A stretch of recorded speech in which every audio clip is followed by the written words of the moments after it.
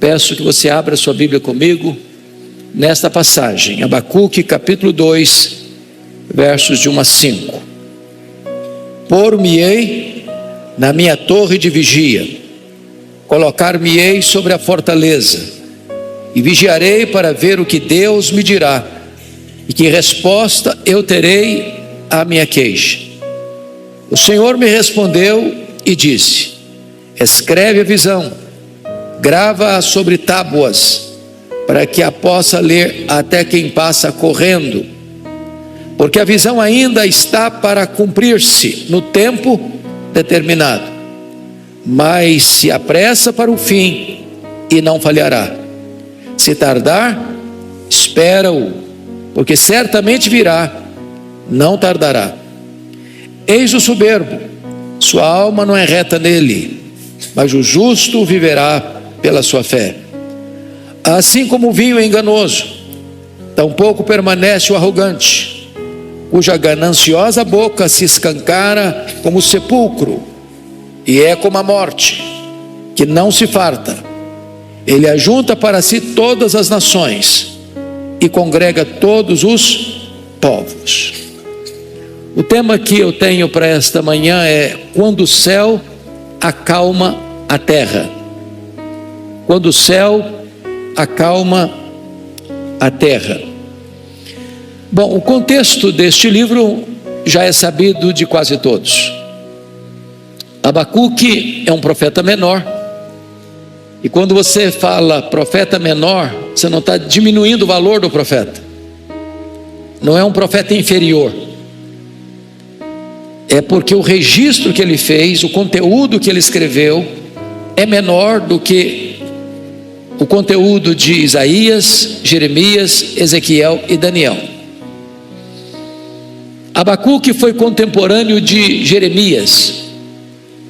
Ele escreve seu livro e profetiza em Judá, nas vésperas da invasão da poderosa Babilônia a Jerusalém. As 10 tribos do norte já haviam sucumbido ao poder da Síria em 722 a.C. Judá, o reino do sul, Judá e Benjamim, cuja capital é Jerusalém, mantendo a sua fidelidade dinástica a Davi, não aprendeu a lição com as tribos do norte. E depois do rei Josias, todos os que vieram na sua esteira foram homens maus. E o que Deus fez foi trazer a Babilônia,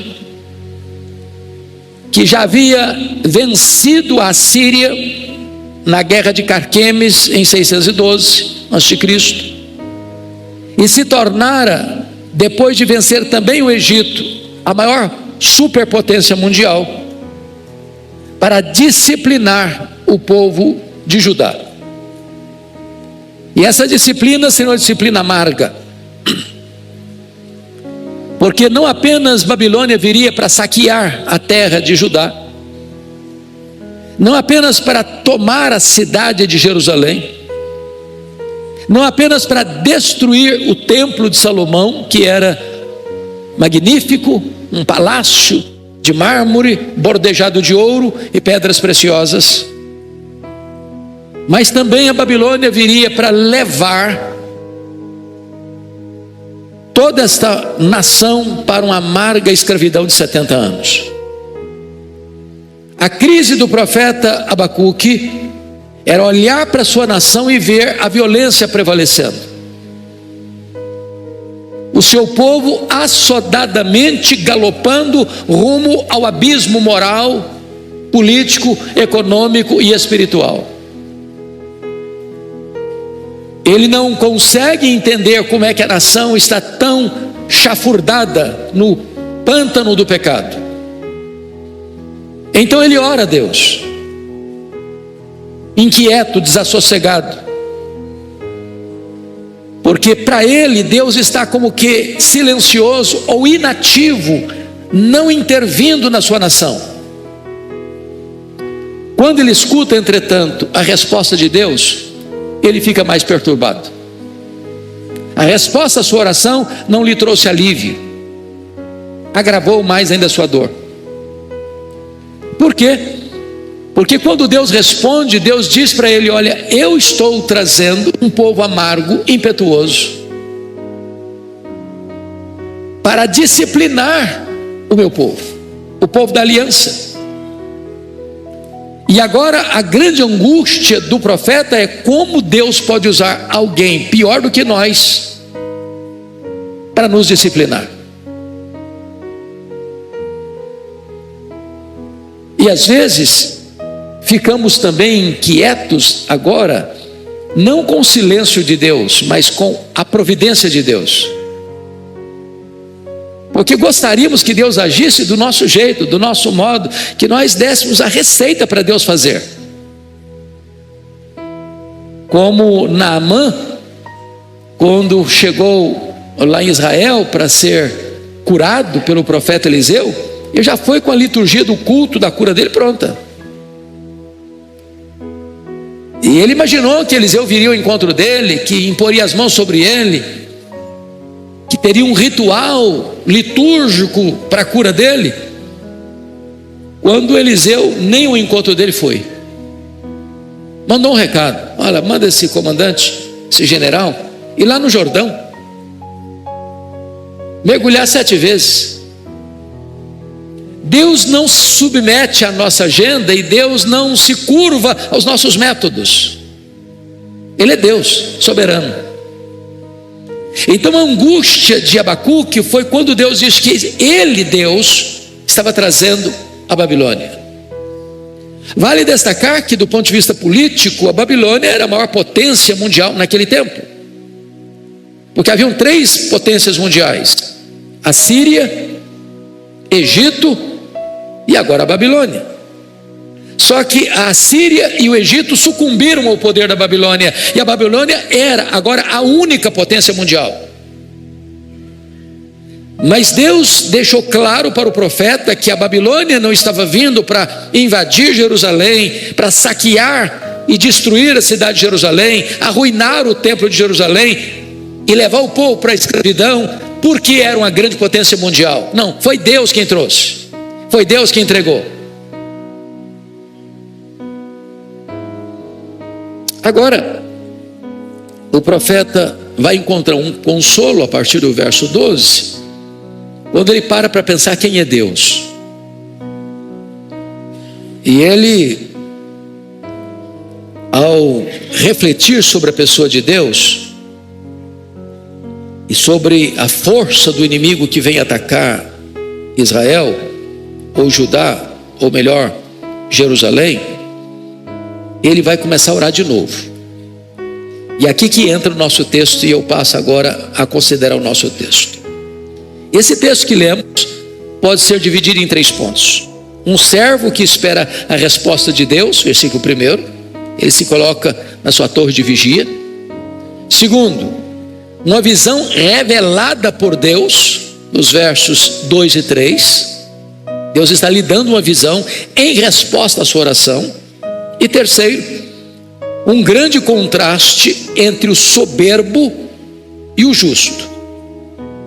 Quando você lê aí o versículo 4, eis o soberbo, ele está descrevendo a Babilônia, está descrevendo o inimigo que vem para atacar. E ele contrasta esse soberbo com o justo que viverá pela sua fé. É um contraste entre o ímpio e o crente, entre o não convertido e o salvo. Então ele vai dar uma visão para o profeta, e essa visão deve ser permanentemente relembrada, universalmente entendida e claramente divulgada. À guisa de introdução ainda eu quero destacar 3 pontos. Primeiro, pela oração podemos apresentar a Deus as nossas mais profundas angústias. É isso que ele está fazendo. E se você perceber no capítulo 1, ainda do 12 ao 17, ele está angustiado. Qual é a angústia dele? Como Deus, sendo tão santo, que não pode contemplar o mal, pode usar um instrumento tão mau quanto os caldeus para disciplinar o seu povo.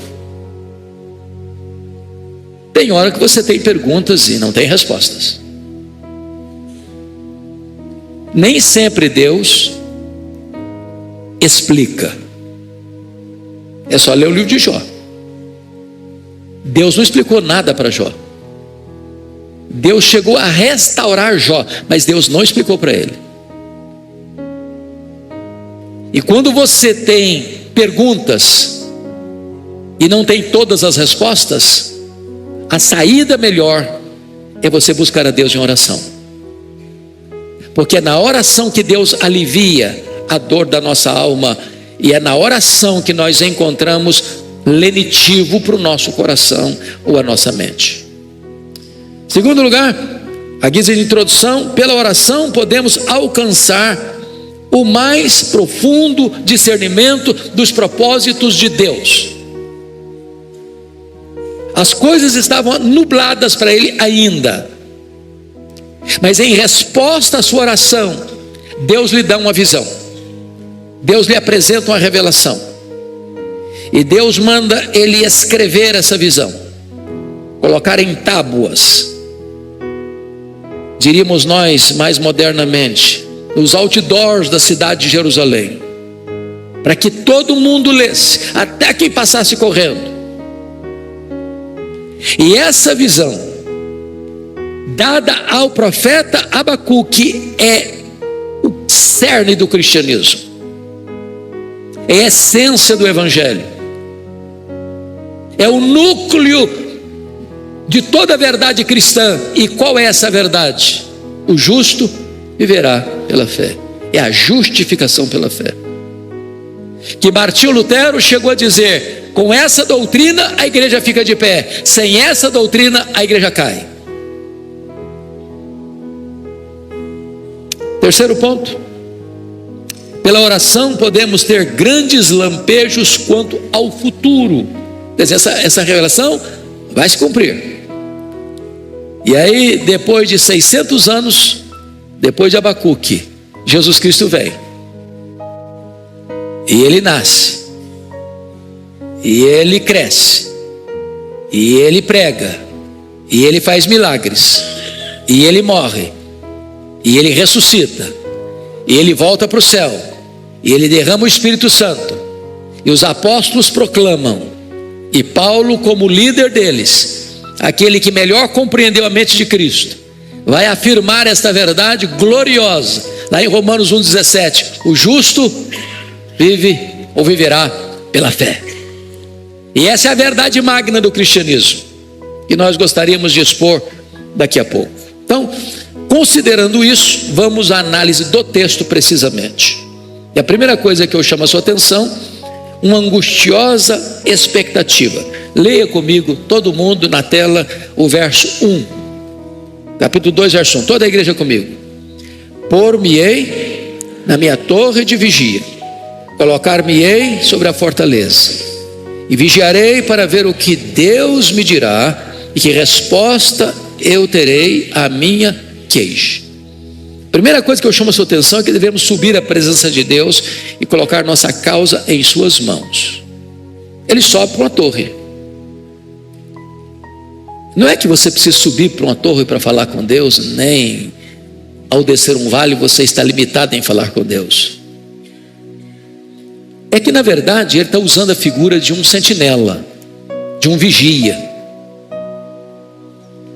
E naquela época as cidades eram amuralhadas, e de espaço em espaço do muro tinham torres, e essas torres altas tinham um propósito.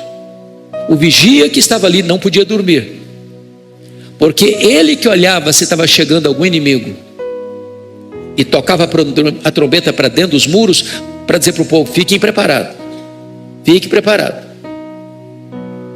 Então ele sobe, porque ele é uma sentinela. Para ele era o local da vigilância, mas também a sentinela tinha um outro propósito, para saber se o que estava se aproximando não era o inimigo, era um aliado que vinha para socorrer, para ajudar. Aí, irmãos, nós, aplicando para nós devemos também ter a nossa torre de vigia para orar, o nosso lugar secreto. E às vezes o lugar secreto seu é no seu quarto, às vezes é no seu escritório, às vezes é dentro do seu carro. Eu, por exemplo, tenho usado o carro hoje muito como um escritório de oração, como um gabinete de oração. Vou para Campinas toda semana, volto de Campinas, 1h30, 1h40, sozinho, dirigindo, orando, cantando, adorando, onde você expõe a sua dor, onde você apresenta a Deus a sua causa, onde você não só ora, mas você tem expectativa. É por isso que ele sobe na torre de vigia. Aquela torre era tanto para ficar atento contra o ataque do inimigo, mas ficar atento contra o socorro do aliado. E ele sobe ali não para esperar um ataque da Babilônia, ele sobe ali para receber um auxílio de Deus. Isso é oração. Tem que ter expectativa. Quando você ora, você tem que ter a expectativa de que Deus vai responder, que Deus vai agir. Orar sem expectativa não é oração. Pelo menos uma oração cristã. Oração não é só para você sentir bem. Você se sente bem sim, mas oração é o instrumento que Deus lhe dá para você receber o socorro que vem do alto. Segundo lugar, devemos aguardar uma resposta específica de Deus ao nosso clamor. Em outras palavras, Deus não permanece permanentemente em silêncio quando o seu povo clama em oração. Às vezes ele fica em silêncio, mas não um silêncio permanente. Em outras palavras, irmãos, nós precisamos esperar resposta de Deus às nossas orações. É por isso que as suas orações têm que ser objetivas. O que você quer? Porque às vezes nossas orações são tão vagas que Deus responde, eu não sei se respondeu. Por exemplo, às vezes a pessoa vai confessar pecado e diz: Senhor, perdoa a multidão dos meus pecados. Eu não sei o que é a multidão dos meus pecados. O que é que você fez?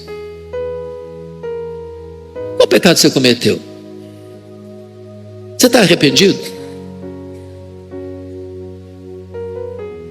O que você precisa? Quando você vê Jesus respondendo a milagres e fazendo maravilhas, ele era muito específico. O que você quer?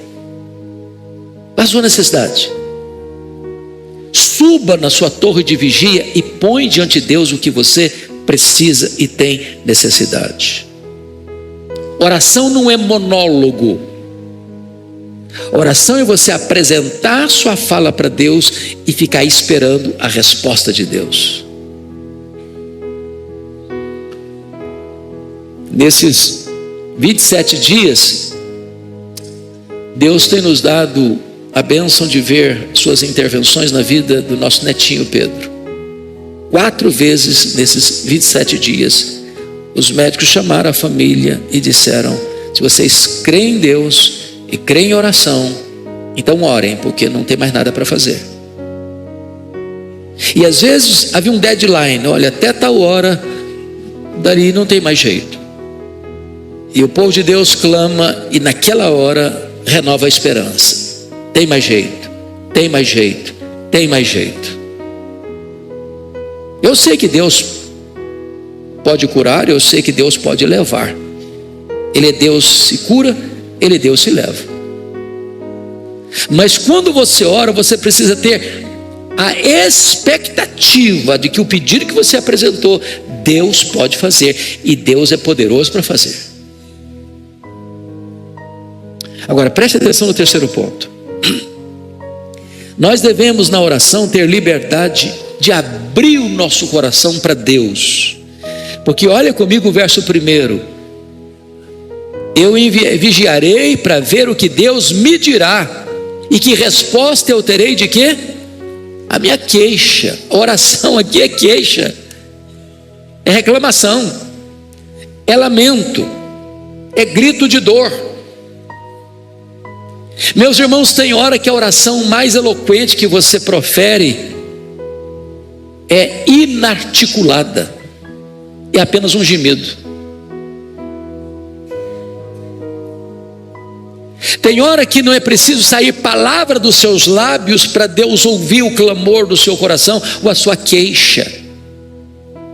A Bíblia diz que Deus conhece as nossas palavras antes que os nossos lábios as profiram.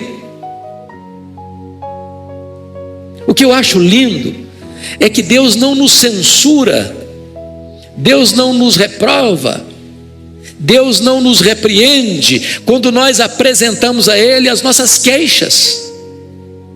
Deus está doendo, Deus, eu não estou entendendo.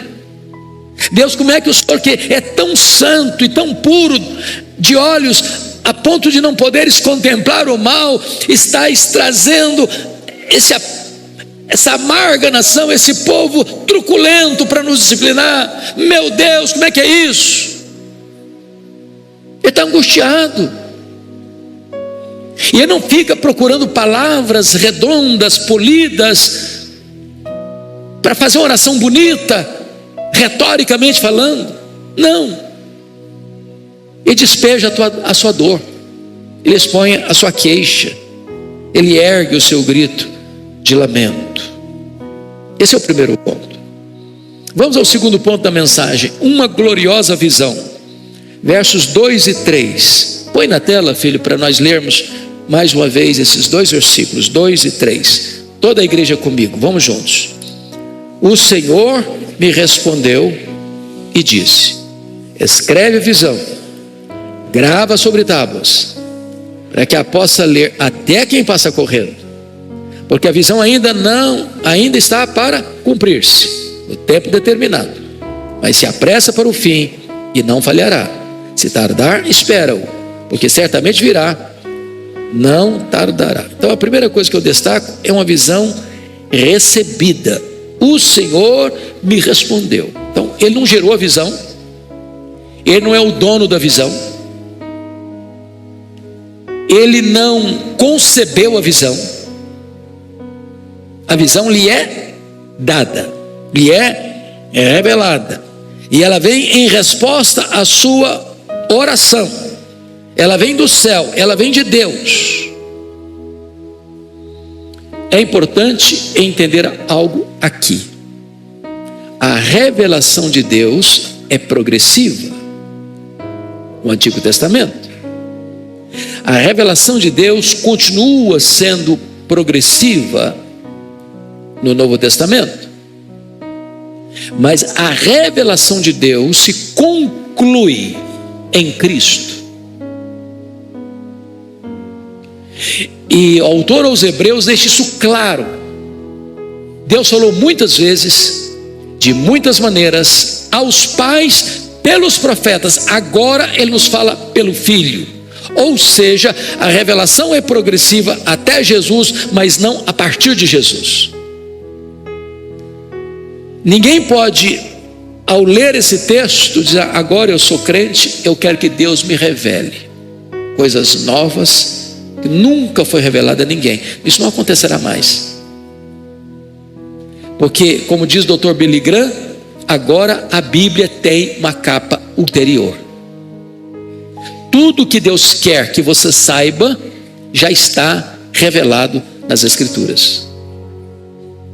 E isso é tão solene que Paulo chega a dizer aos Gálatas que ainda que venha um anjo do céu e revele ou pregue ou anuncie outra coisa além daquilo que já está revelado nas Escrituras, seja anátema. A igreja não é guiada por sonhos, visões e revelações. A igreja é guiada agora pelas Escrituras. Segundo, não é apenas uma visão recebida, mas é também uma visão para ser perpetuada.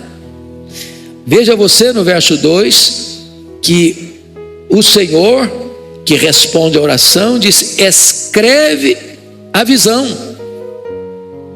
escreve a visão, grava sobre tábuas. A ideia aqui, tábuas de pedra. Então, escrever seria perpetuar. É por isso que eu tenho o hábito de, por onde ando, encorajar pastores a escrever. Porque quando você escreve, você perpetua o seu ministério. Eu fico encantado, por exemplo, quando eu consigo pegar um livro de Aurélio Agostinho, século IV. E quando eu leio as Confissões de Agostinho, parece que ele está aqui do meu lado, parece que ele é meu contemporâneo. É impressionante você poder pegar as obras dos pais da igreja, dos reformadores, de irmãos nossos que viveram séculos atrás de nós, mas porque escreveram, eles continuam vivos. Ao escrever, não só você vai mais longe, mas você alcança pessoas que de outra forma você jamais alcançaria. Eu nunca me esqueço, eu estava numa feira de livros em Rio de Janeiro, e havia ali uma senhora que era colportora, a pessoa que compra livros na livraria ou na distribuidora para vender esses livros a granel. E ela me chamou à parte e disse: eu posso lhe dar um testemunho? Eu falei: mas é claro. Ela disse: eu me converti lendo um livro do senhor, e eu estava vivendo um momento muito crítico na minha história, porque meu marido estava preso em Bangu 1, na penitenciária do Rio. E eu mandei o livro que eu li, e Jesus mudou minha vida através da leitura, para ele, e ele se converteu lá na cadeia também, lendo o livro. E hoje meu marido e eu somos colportores. Entendemos que o nosso ministério daqui para frente é distribuir a literatura cristã. Ou seja, o livro vai aonde você não pode ir. A visão precisava ser escrita, gravada. Em outras palavras, esta visão seria destinada às gerações futuras. Esta visão é destinada à Igreja Presbiteriana de Pinheiros hoje, porque aquela verdade que foi revelada e foi escrita e gravada em tábuas é a essência daquilo que cremos hoje. O justo viverá pela fé. Em outras palavras, esta é uma mensagem universal. Não é que aquela visão serviria apenas para Jerusalém, ou para Judá, ou para os babilônios. Não, aquela visão era uma visão permanente, de duração eterna, para todos os povos. Mas em terceiro lugar, veja você, que essa visão não só era recebida e perpetuada, mas ela tinha que ser divulgada. Porque notem comigo o verso 2 ainda: grava sobre tábuas, para que, o propósito, para que possa ler até quem passa correndo. E aqui eu fico impressionado, porque Abacuque é considerado historicamente pioneiro da publicidade, né? É o pioneiro da publicidade. O primeiro outdoor da história foi feito por ele. Ele era o camarada que monta um cartaz evangelístico gravado em tábuas de pedra e coloca à beira das avenidas, das ruas ou das estradas, e quem passar correndo olha, lê e entende. Ô irmãos, que aplicação tem isso para nós hoje?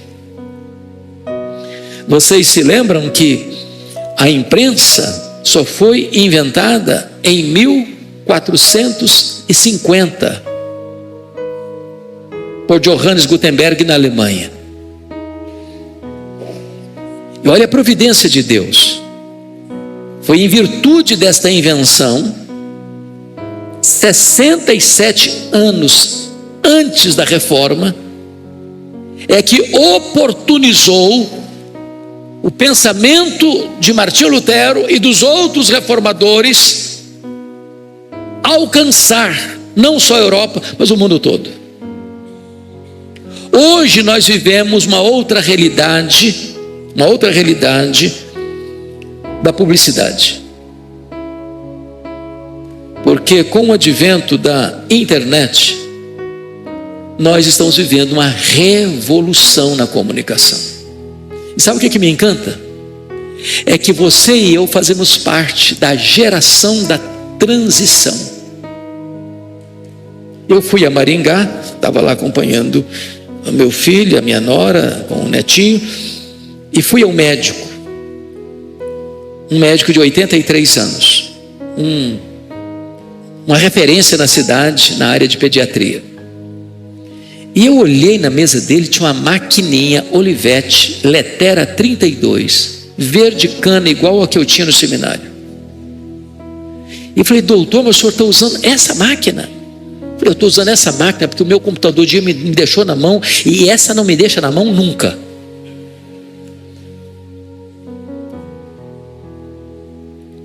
O meu primeiro computador, laptop, pasmem vocês, tinha 2 GB de memória. Hoje, gente, 2 GB não existe mais. Não tem telefone de 2 GB mais. Hoje você fala um telefone de 1 tera.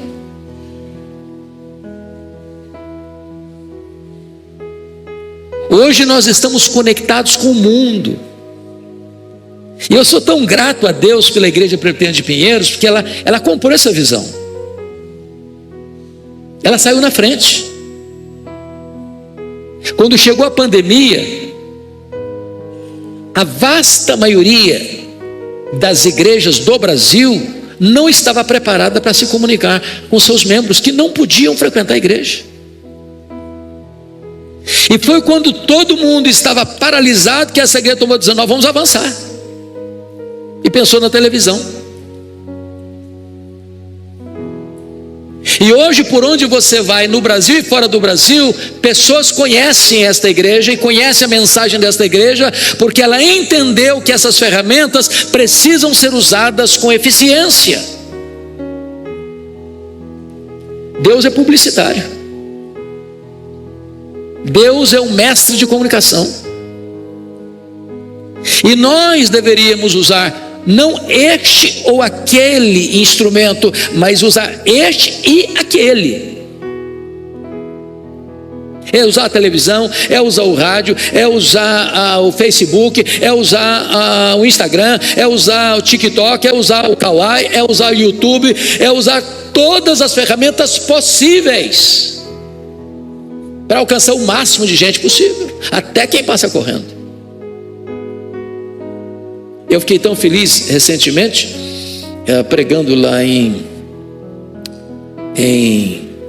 Belo Horizonte, conheci o João Bosco,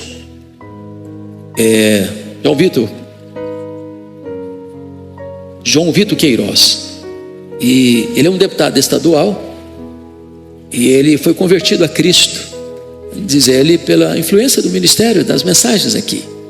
Ouvindo uma mensagem nossa, Jesus mudou a vida dele, de uma família toda do candomblé, o primeiro convertido da família, e o filho hoje de 13 anos convertido também. E esse cidadão é o gerente da Itatiaia, FM Itatiaia, que é a rádio mais ouvida do Brasil. A rádio FM mais ouvida do Brasil, tem 85 emissoras no Brasil. E ele me disse: pastor, agora ele é o gerente da CNN aqui de São Paulo. E ele disse: pastor, eu quero lhe dar um horário na rádio, nas 85 emissoras. E nos deu um horário de 4 minutos, 6 da manhã, todo o Brasil. São portas que se abrem, são ferramentas que Deus usa. É Deus levando a mensagem mais além. E por onde eu ando, irmãos, eu tenho encorajado pastores para usar as mídias sociais. E eu estava fazendo um podcast recentemente com o pastor Augusto Nicodemos, e uma pessoa fez a seguinte pergunta: como encorajar um pastor ou um líder que não tem tantos seguidores, ele tem 100 seguidores só. Então não vou fazer porque tem pouca gente me seguindo, não vai ser relevante. Você não sabe se aquela mensagem alcança uma pessoa que é estratégica. De repente você não tem tantos seguidores, mas a mensagem que você levou vai alcançar alguém que tem milhões de seguidores, e de repente a coisa vai acontecer. O Senhor não requer que todo mundo seja igual, não. Mas use o que está à sua disposição para que a obra de Deus alargue as suas fronteiras. É a publicidade. Mas ainda, em quarto lugar, essa é uma visão para ser guardada. Olha o versículo 3. Vamos ler o versículo 3, por favor. Toda a igreja comigo. Porque a visão ainda está para cumprir-se no tempo determinado. Mas se apressa para o fim e não falhará. Se tardar, espera-o, porque certamente virá, não tardará. Ela aponta para o futuro. E o que essa mensagem está mostrando? Ela está mostrando a verdade que vai ser o pilar central da fé cristã. A gloriosa doutrina da justificação pela fé. O justo viverá pela fé. Está claro. Agora, se você pergunta se essa verdade é nova, não é nova. Paulo mostra lá em Romanos 4 que dois grandes expoentes da história de Israel, Abraão e Davi, foram salvos pela fé, não pelas obras. A salvação nunca foi pelas obras. E o argumento de Paulo é que se os grandes pilares da nação, o pai da nação e o homem que reuniu um grande império, o império de Israel, foram salvos pela fé, esta é a verdade que precisa ser compreendida por toda a cristandade em todos os tempos. Em quinto lugar, essa visão é uma visão que jamais será frustrada. Eu gosto disso porque o texto deixa muito claro. Ela vem no tempo determinado. Se apressa para o fim, não falhará. Se tardar, na perspectiva humana, espera-o, porque, palavra de segurança, certamente virá, não tardará. Ou seja, Deus não usa rascunho nos seus planos. Deus não precisa lançar mão como nós de um plano B porque o plano A fracassou. Deus não lida com o improvável. Deus lida com garantia e certeza. Essa verdade não é talvez, não, ela é absolutamente segura, absolutamente certa. Então vamos ao terceiro ponto, que é um grande contraste nos versos 4 e 5. Toda a igreja lendo 4 e 5 comigo, por favor. Vamos lá? Eis o soberbo, sua alma não é reta nele, mas o justo viverá pela sua fé.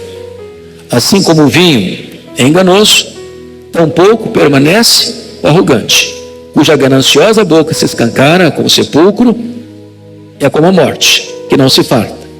Ele ajunta para si todas as nações e congrega todos os povos. Então veja bem que agora ele entrou com a doutrina da justificação pela fé, fazendo um contraste entre o soberbo e o justo. Quando ele usa o termo aí, eis o soberbo, já disse, ele está falando de quem? Dos caldeus. Então vamos aqui ao contraste. Primeiro, o caráter e a conduta do ímpio. Sua relação com Deus está errada. Eis o soberbo. Tem a ver com a relação com Deus. Porque soberba é uma conspiração contra Deus. A soberba é uma guerra declarada a Deus. É por isso que o texto lá de 1 de Pedro 5,5 diz que Deus resiste o soberbo. E resiste lá é declarar guerra. Quando a pessoa se levanta soberbamente, altivamente, orgulhosamente, ela está insultando a Deus, chamando Deus para uma briga, chamando Deus para uma guerra, chamando Deus para uma batalha, e Deus resiste o soberbo. Ou seja, o soberbo está com a relação com Deus errada. A Bíblia chega a dizer que os caldeus, olha aí comigo, Abacuque 1:11, leia comigo em voz alta, por favor, toda a igreja. Abacuque 1:11, vamos juntos? Então passam como passa o vento e seguem, fazem-se culpados estes cujo poder é o seu Deus. Isso é o soberbo. Eu sou Deus, eu tenho a força, eu tenho o poder, eu mando. Veja você que em virtude disso, versículo 16, capítulo 1, por isso oferece sacrifício à sua rede. Oferece sacrifício à sua rede. E queima incenso à sua varredura. Ele está falando aqui que os babilônios pegaram os membros lá de Judá numa pescaria de rede. E eles são tão soberbos que eles prestam culto à sua rede, ao seu poder militar, à sua força. Isso é o soberbo. A relação está errada com Deus. Segundo lugar, a relação dele está errada com ele mesmo. Versículo 4b está escrito assim, olha comigo, Abacuque 2:4b. Sua alma não é reta nele. Quando diz que a sua alma não é reta nele, ele é um ser em conflito. Há uma esquizofrenia instalada dentro dele. Ele é um ser completamente incoerente. Sua alma não é reta nele. Ele tem duplicidade. Ele não é consistente com ele mesmo. Mas em terceiro lugar, sua relação com o próximo está errada. Olha aí o versículo 5 comigo. Assim como o vinho enganoso também permanece arrogante, cuja gananciosa boca se escancara como sepulcro, ou seja, fala mal do outro, diminui o outro, despreza o outro. Que mais? Que não se farta. Ele ajunta para si as nações, ou seja, ele não só fala mal, mas ele toma o que é do outro, ele saqueia o que é do outro, ele expolia o que é do outro. Ele chega numa cidade e pega tudo para ele. Ele chega numa construção e arranca o ouro. Ele chega no templo e pega os vasos do templo e leva para a Babilônia. Não respeita a gente e não respeita a propriedade privada. Ou seja, o soberbo tem a relação errada com Deus, tem a relação errada com ele, tem a relação errada com o próximo. Esse é o soberbo. Pois bem, vamos ver agora a conduta do justo. Você pode ler o verso 4 de novo comigo? Na parte B. Mas o justo viverá pela sua fé. Preste atenção aqui. Pega o cenário comigo. Judá é um minúsculo corpo diante do gigantismo da Babilônia. A Babilônia é um mega império mundial. A Babilônia vem em 3 levas, em 3 turnos, em 606, leva os vasos do templo. Nessa leva foi Daniel. Depois, em 596, vem uma segunda leva, e leva mais coisas e mais gente. Nessa leva vai Ezequiel. Depois vem em 586, e aí a cidade é cercada. Aí a miséria, aí a fome, a ponto das mulheres, das mães comerem os corpos dos filhos que morriam, a ponto de Jeremias afirmar em Lamentações que mais felizes foram os que morreram à espada que os que morreram de fome dentro dos muros. Mataram, massacraram. Quando não tinha mais qualquer chance de resistência, A Babilônia entrou e arrasou tudo e destruiu o templo e levou todo mundo embora. O que você acha que vai acontecer historicamente falando, politicamente falando? O povo oprimido vai acabar. Esse povo de Judá vai desaparecer do mapa. A Babilônia vai ser perpetuamente o poder. O que aconteceu? A Babilônia caiu. A Babilônia morreu. A Babilônia foi varrida do mapa. Mas Judá, oprimido, foi levantado e restaurado por Deus. O justo viverá pela sua fé. Então vamos olhar 4 coisas aqui. Primeiro, o justo é aquele que confia na palavra. O soberbo confia em si. O justo confia em Deus. Em quem você confia? No seu poder? No seu dinheiro? Na sua sabedoria? Nos seus aliados? Na sua influência? Isso é o soberbo que confia nisso. O justo confia em Deus. Segundo, o justo é aquele a quem Deus declara justo. E aqui entra aquilo que nós chamamos de justificação pela fé. Entendamos. Justificação é um ato, não é um processo. Segundo, justificação não tem graus, como a santificação o tem. Uma vez justificado, está justificado para sempre. Terceiro, justificação não é um ato que Deus faz em nós. Justificação é um ato que Deus faz por nós.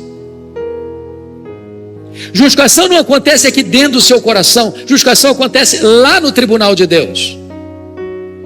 Justificação é um ato forense, é um ato jurídico, é um ato declaratório de Deus. Que você, que é injusto, ao crer no justo, é declarado justo por causa da justiça do justo, imputada a você que é injusto.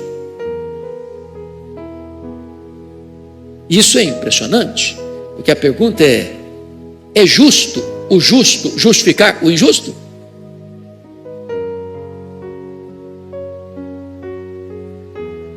Porque Deus não justifica o justo. Não há nenhum justo diante de Deus. Todos pecaram e destituídos estão da glória de Deus. Mas por que Deus pode ser justo e assim ainda justificar o injusto? Porque na verdade, e isso é tão importante compreender, é que aquele que não cometeu pecado, aquele que é imaculado, Jesus Cristo, veio ao mundo para ser nosso substituto, fiador, representante. Isso é a gloriosa doutrina da expiação. Tem muita gente que pensa que Jesus morreu na cruz para possibilitar a nossa salvação. Mas não é isso, não é muito mais do que isso. Ele morreu naquela cruz em nosso lugar. A Escritura é absolutamente categórica nisso, em 1 Coríntios 15:3. Ele morreu pelos nossos pecados segundo as Escrituras. Em outras palavras, Deus lançou sobre ele a iniquidade de todos nós. Está lá em Isaías 53. Lá em 1 de Pedro 2,4 diz que ele foi carregando sobre o madeiro, sobre o seu corpo, os nossos pecados. Lá em 2 Coríntios 5,21 diz que ele foi feito pecado. Lá em Gálatas 3,13 diz que ele, sendo bendito, se fez maldição. E diz Isaías 53 que quando ele foi feito pecado e maldição, e o nosso pecado estava sobre ele, e o Pai lançou sobre ele as nossas iniquidades, agradou ao Pai moê-lo naquela cruz. Porque ali Deus estava punindo o seu pecado no seu Filho. Não há amor maior do que esse, porque a Bíblia diz que Deus não poupou o seu próprio Filho, mas por todos nós o entregou. E é nesse sentido que a Escritura diz que quando ele estava na cruz, o sol apagou a sua luz e houve trevas, e o Pai virou o rosto dele e o desamparou naquela cruz. Esse foi o preço pago para a nossa redenção. E quando Jesus Cristo estava naquela cruz, não havia beleza nele. E então ele dá um grande brado: está consumado, está pago. A língua grega tetelestai. Ou seja, quando você crê no Senhor Jesus, você é declarado justo diante do tribunal de Deus. Não apenas os seus pecados todos foram apagados, porque ele quitou a sua dívida, ele rasgou o escrito de dívida que era contra você. Mas agora, além de você não ter mais dívida, você tem um depósito infinito na sua conta, toda a justiça de Cristo. Aquele que não conheceu o pecado, ele foi feito pecado por nós, para que nele nós fôssemos feitos justiça de Deus. Essa é a doutrina da justificação pela fé. Então, o justo não é aquele que é justo em si mesmo, é aquele que é declarado justo diante do tribunal de Deus. Mas ainda, o justo é aquele a quem Deus justifica pelos méritos de outra pessoa. Eu não sou justo porque eu tenho justiça própria, não. É a justiça do justo que foi imputada a mim, que era injusto. Para ilustrar e concluir, vocês se lembram do tabernáculo? O tabernáculo foi feito como uma tenda móvel. E qual era a matéria-prima do tabernáculo? Madeira de acácia. E Deus mandou construir tábuas iguais, tábuas de pé, com engastes umas nas outras, em bases de prata. E depois de tudo pronto, Deus disse assim: agora você vai cobrir todas essas tábuas de prata com ouro puro. Quem olhava para a tenda não via tábuas de madeira, quem olhava para a tenda não via acácia, quem olhava para a tenda via ouro, só ouro, porque o ouro havia tragado a madeira, coberta a madeira. Quando Deus olha para você agora que foi justificado, Ele não vê o seu pecado, Ele vê a justiça de Cristo sobre você. Você está declarado justo diante do tribunal de Deus. Como é que você se apropria desta verdade? Diz o texto: o justo viverá pela fé. Entendamos uma coisa: a fé não é a causa meritória da nossa salvação. Você não é salvo porque você tem fé. Não, a causa meritória da sua salvação é o sacrifício de Cristo. A fé é a causa instrumental e não meritória. Ou seja, você se apropria da salvação pela fé, mas essa salvação foi conquistada pelo sacrifício de Cristo na cruz. Essa doutrina foi básica para o apóstolo Paulo. Essa doutrina foi básica para Martinho Lutero, o grande brado da reforma. Essa doutrina da justificação foi básica para John Wesley, quando escutava a leitura do prefácio da obra de Lutero sobre a carta aos Romanos. Essa doutrina da justificação pela fé é vital para a igreja hoje. Com ela a igreja fica de pé, sem ela a igreja cai. E eu não tenho dúvidas que a igreja evangélica brasileira precisa de uma nova reforma, precisa escutar de novo esta grande verdade, que há de ser drapejada como grande pendão do evangelho: o justo viverá pela fé. Que Deus nos abençoe. Vamos ficar em pé, vamos orar.